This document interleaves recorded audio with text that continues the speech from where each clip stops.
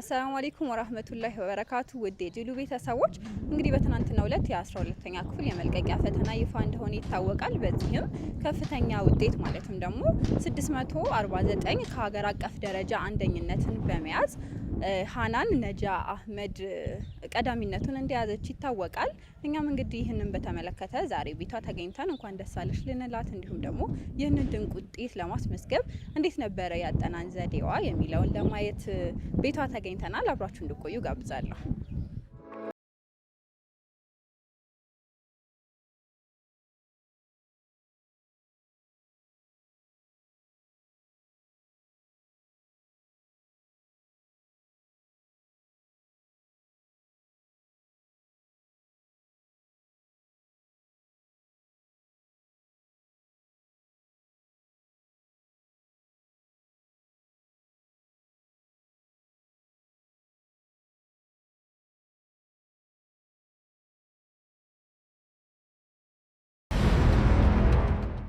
ስሜ ሃናን ናጂ ይባላል። የመማረው ክሩዝ ስቴፕስ ሁለተኛ ደረጃ ትምህርት ቤት ነው። ያው መጀመሪያ መግለጫው ላይ ከክሩዝ ትምህርት ቤት ሴት ነሽ ስለተባለ ያው አብዛኛው ተማሪ እና አስተማሪም አንቺ ነሽ እያሉኝ ስለነበረ ያው ያኔ ነው ያወቅኩት ማለት ይቻላል።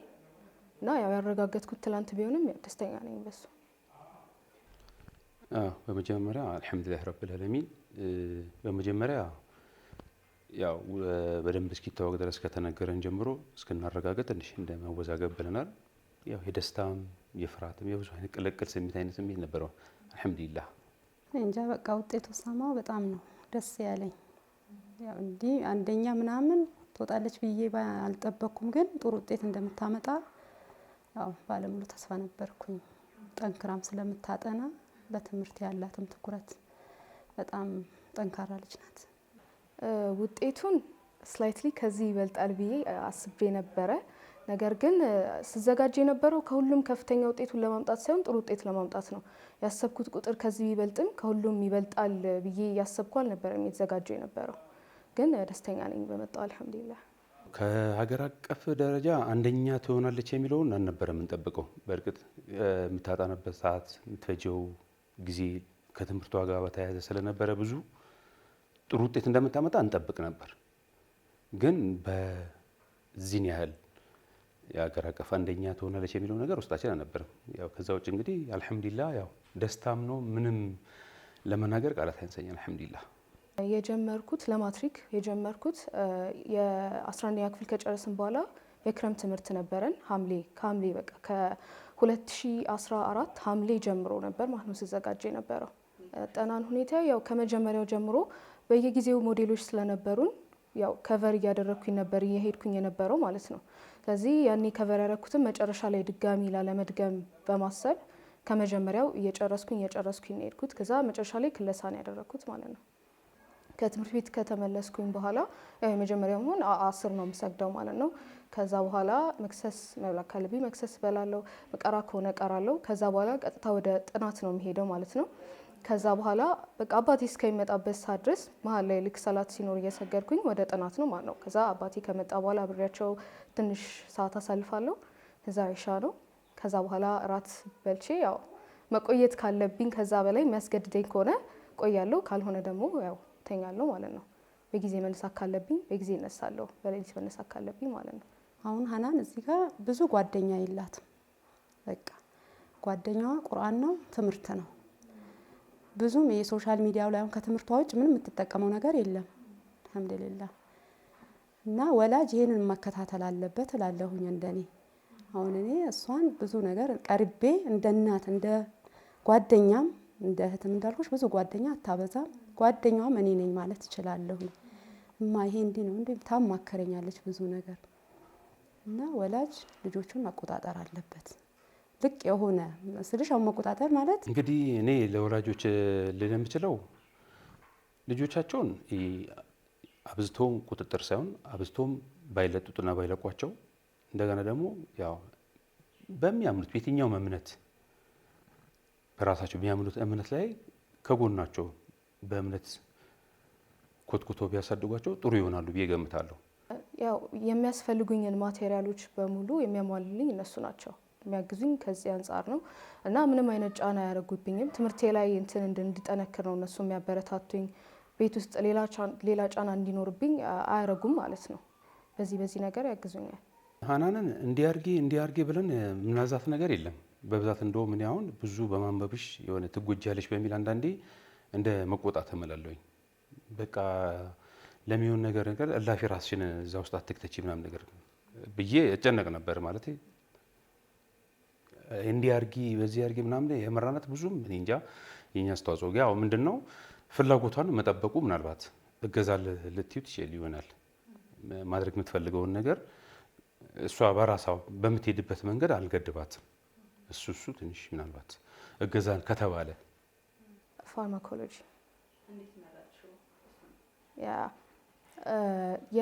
የራሴን ፐርፐዝ ለመፈለግ የኮቪድ ጊዜ ምንም በማንሰራበት ያኔ በጣም ዲፕ የሆኑ ጥያቄዎችን ራሴን ጠይቅ ነበር ማለት ነው። እዚህ እኔ በምን መልኩ ነው እዚህ ዓለም ላይ ለውጥ ልፈጥር የሚችለው በምን መልኩ ነው ብዬ ራሴ ከምፈልገውም አንጻር ምን ላይ ጎበዝ ነኝ ከሚለውም አንጻር ረጅም ጊዜ ወስዶብኛል ይሄ ነው ብዬ ለመወሰን። ምክንያቱም ብዙ ነገር የማድረግ ፍላጎት ስላለኝ ማለት ነው። ነገር ግን በቃ መጨረሻ ላይ ከብዙ ጊዜ በኋላ የደረስኩበት ውሳኔ ነው። ፋርማሲና ክሊኒካል ፋርማኮሎጂ ላይ ትልቅ ፍላጎት እንዳለኝ ያወቅኩት ማለት ነው። እኔ ወላሂ ትምህርት ይሄን ነው ብዬ መጀመሪያ ላይ ለምሳሌ ዶክተር ምናምን ስትል አሁን በኋላ ነው ወደ ሪሰርች ምናምን ነገር ብላ ያረጋግጥልኝ። እኔ የሕክምና ዶክተር ነበር የሚመስለኝ መጀመሪያ። ምክንያቱም ፍላጎቷ የትኛው የሷ የምትፈልገው ነገር ላይ ብቁ እንድትሆን እንጂ በዚህ መንገድ ይህን ተማሪ ምናምን የሚል ነገር ያው አናስቀምጥም። ምክንያቱም የእሷን ትረስት ይቀድማል። ምን ላይ መሆን እንዳለባት ምን መማር እንደምትፈልገውና የሚቀላት ስለሆነ ያን ነገር መፍቀድ ነው ከኛ የሚጠበቀው። ምክንያቱም እንደነገርኩሽ ነገራቶችን ሁላ በቃ ታርጌቷ ከትምህርትና ከእውቀት ጋር ለዛ ነገር ነው ራሷን ያዘጋጀችው። ስለዚህ ይሄን አድርጊ በዚህ ውጪ በዚህ ግቢ ለማለት ያው ሞራሉም አይኖርም። ምክንያቱም ነገሮችን ስለምታስኬዳቸው ማለት ነው። ህልሟ ሩቅ ነው እንግዲህ እሷ አላህ ያሳካላት። እኔ እንደ እናት በቃ ዱዓ ብቻ ነው የማረገው። ሌላ ምንም የምለው ነገር የለም። ቤት ውስጥ ያ ከድሮም ጀምሮ ከትምህርቱ ጎን ለጎን ቅራትም ላይ በጣም ጎበዝ ነች። ኪታብ ድረስ እየቀራች ያለች እያጠናች ያለው ሰዓት ቢያንስ ካለ እዛው መስገጃዋ እዛው ጥናት ክፍሏ ነው መስገጃ ራሱ ያላት። ሰላቷንም እዛው ነው የምትሰግደው። ትምህርቱ ላይ ብቻ ፎከስ አይደለም ዲኑ ላይ ደህና ነች። አልሐምዱሊላህ ረብል ዓለሚን። ከማክተም ነው እንጂ ሂፍዝ ጀምሬ ነበር ማለት በራሴ ማለት ነው። ቤት ራሴ ነኝ የምቀራው። ግን ብዙ ጊዜ አክትም ያለው ስንቴ እንደሆነ አላውቅም። ብዙ ጊዜ አክትም ያለው እና ቁርአን የምቀራው ወይ ጠዋት ከሱብሂ በኋላ ወይም ደግሞ ከተመለስኩ በኋላ ከመግሪብ እስከ ኢሻ ወይም ከአስር እስከ መግሪብ ባለው ሰዓት ምቀራበት ጊዜ ይኖራል ማለት ነው። ሁሌ ለሱ ጊዜ ወስኜ የምቀራበት ጊዜ ይኖራል ማለት ነው። ምክንያቱም ያረጋጋኝም ነገር አንድ እሱ ነው። ከረጅም ጊዜ በኋላም ትምህርት ቤት ረጅም ጊዜ እንደዛ ቆይቼ መጥቼ ምናምን ትንሽ የምረጋጋው ትንሽ ቁጭ ብዬ ቁርአን ስቀራ እንሰለው ሰግጄ ቁርአን ስቀራ ነው። ከዛ ሁሌ ቁርአን እቀራለሁ ማለት ነው። እኔ አሁን እውነቱን ለመናገር ብዙም ስራ ይሄን በጣም እንኳን ስራ ቢበዛብኝ ጫና አላደርግባትም። በቃ ጊዜዋን አልሻማም። ሁሉም ነገር ትደርስበታለች የሚል እምነት አለኝ። መስራት አለባት፣ ሴት ልጅ ናት። ግን በቃ ለትምህርት ያላትን ጉጉትም ስለማቅ አሁን ፈተና ሲደርስ ምናምን በቃ ውጥረት ላይ ስለምትሆን አላጨናነቃትም። ግን እሷ የሆነ ሰዓት ላይ መታማ ምን ላግዝሽ ምናምን ብላኝ ከጎኔ ቆማ ሂጂ አንቺ ጥናትሽ ምናምን ነገር እንዴ ዛሬ እኮ ሙያ ማስለመድ አለብሽ ብላ አውቃ ማለት ነው የምታግዘኝ ነገር አለ። አልሐምዱሊላህ።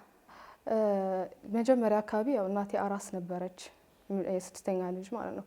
እና ያው 12 እያለሁ እና ያው እሷን በማገዝ ዙሪያ እሷ አካባቢ አልጠፋም ነበር ያኔ ማለት ነው፣ ልጅን በመያዝ ምናምን።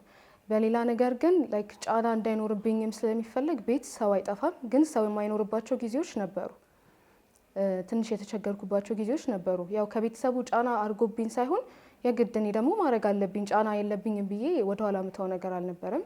ስለዚህ ያው በማስፈልግ ሰዓት ነበርኩኝ ቤት ውስጥ ቤት ውስጥ መንቀሳቀስ ምናምን እና ከቤተሰቦችም ጋር ጊዜ አሳልፋለሁ። ከትምህርት ውጪ በዚህ ነው ማሳልፈው።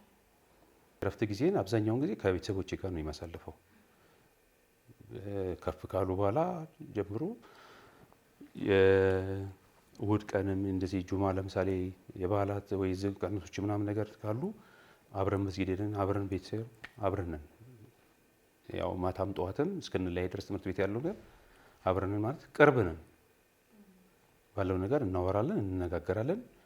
እንደ ልጅም እንደ ጓደኛም ጭምር ነው። እንግዲህ ስማር በጣም ደስ ብሎኝ የተማርኩት የነበረው በጣም እኔን ኢንጌጅ የሚያደርገኝ የነበረው ትምህርት ፊዚክስ ነው። ሌሎችም ትምህርቶች እወዳለሁ፣ ግን ፊዚክስ በጣም ደስ እያለኝ ነበር መማረውም ማጠናውም ማለት ነው።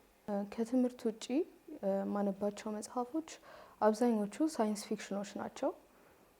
ያው ከሳይንስ ጋር የሚገናኝ ነገር ስለምወድ ማለት ነው። ፊክሽኖችም ቢሆን ሳይንስ ፊክሽኖችን እወዳለሁ። መጀመሪያ አርአያ ነው የምለው ረሱል ሰለላሁ ዐለይሂ ወሰለም ነው። ያው መኖርንም እንዴት አናኗራችን ሙሉ ለሙሉ የተማርነው ከነሱም ስለሆነ ስብናንም ሙሉ ነገርንም የመጀመሪያ አርአያ እነሱ ናቸው። ሌሎቹ በድሮ ዘመን የነበሩ የሙስሊም ተመራማሪዎች፣ ሳይንቲስቶች ለምሳሌ እንደ ኢብን ሲና፣ ምክንያቱም እነሱ አርአያ የሆኑበት በብዙ ነገር ውስጥ እንትን ነበሩና የእነሱ እንደዚህ ናቸው ሲባል በጣም ላይክ ለእኔ ኢንስፓይሬሽን ነው። ምክንያቱም እኔ አንድ ነገር ብቻ መሆን አልችልም ብዬ ረጅም ጊዜ ፈጅቶብኝ ነው በቃ ይህን ነው መማር የምፈልገው ብዬ የመረጥኩት ማለት ነው። እና አንዳንድ ሳስበው በዛ ዘመን በኖርኩና እንደነሱ መሆን ብችል እላለሁ። ምክንያቱም በብዙ ነገር ውስጥ አሻራቸውን አሳልፈዋል ማለት ነው። አንድ ሰው እንኳን ሆኖ ብዙ ነገር ሰርተዋል።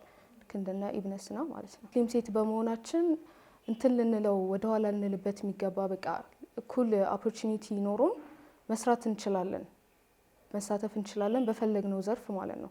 የእኛን ጥረት ነው የሚፈልገው እንጂ ማድረግ ይቻላል ብዬ ነው የማስበው። እኔ ራሴን እንደ ሙስሊም ሳይ ወደፊት በዚህ ሁኔታ ማለት በስራዬም ብቻ ሳይሆን በዲኔም ትልቅ ለውጥ ራሴንም ማሻሻል እፈልጋለሁ። ትልቅ ለውጥ መፍጠር እፈልጋለሁ። ለሌሎች ሙስሊም ሴቶች እኔ እንጃ ኢንስፓይሬሽን መሆን እፈልጋለሁ። ተማሪ ሲያበረታታው የተሻለ ነው።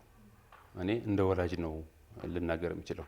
ምክንያቱም ብዙ ተማሪዎች አልመጣላቸውም የሚለው ነገር ስሰማም ካህናንን ስል ብዙ ተማሪ ከጥናቱ ውጪ ጨዋታና ሌላ ነገር ፌዝ አልባሌ ቦታ ራሱን እያሳለፈ ፈተና ቦታ ላይ ሲደርስ የመደናገር አላስፈላጊ እንቅስቃሴዎች ማድረግ የሰማሁት ነው።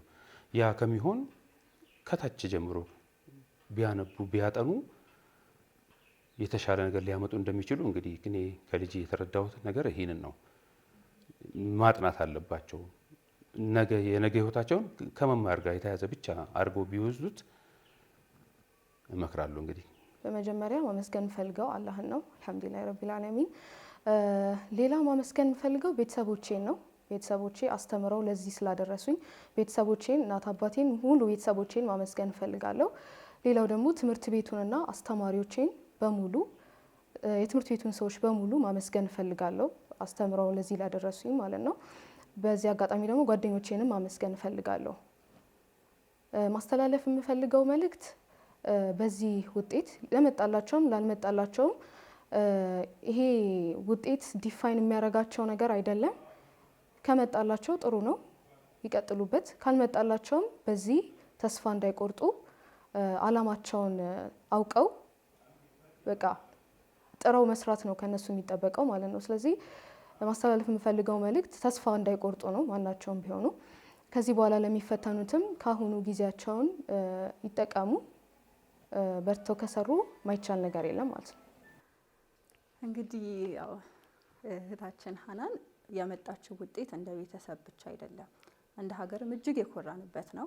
በተለይ ደግሞ እንደ ሙስሊም ማህበረሰብ እጅግ አኩርታናለች እና ያው ይህን ምክንያት በማድረግ ደግሞ ጄሉ ቲቪ የቁርአን ሽልማት አበርክቶላታል።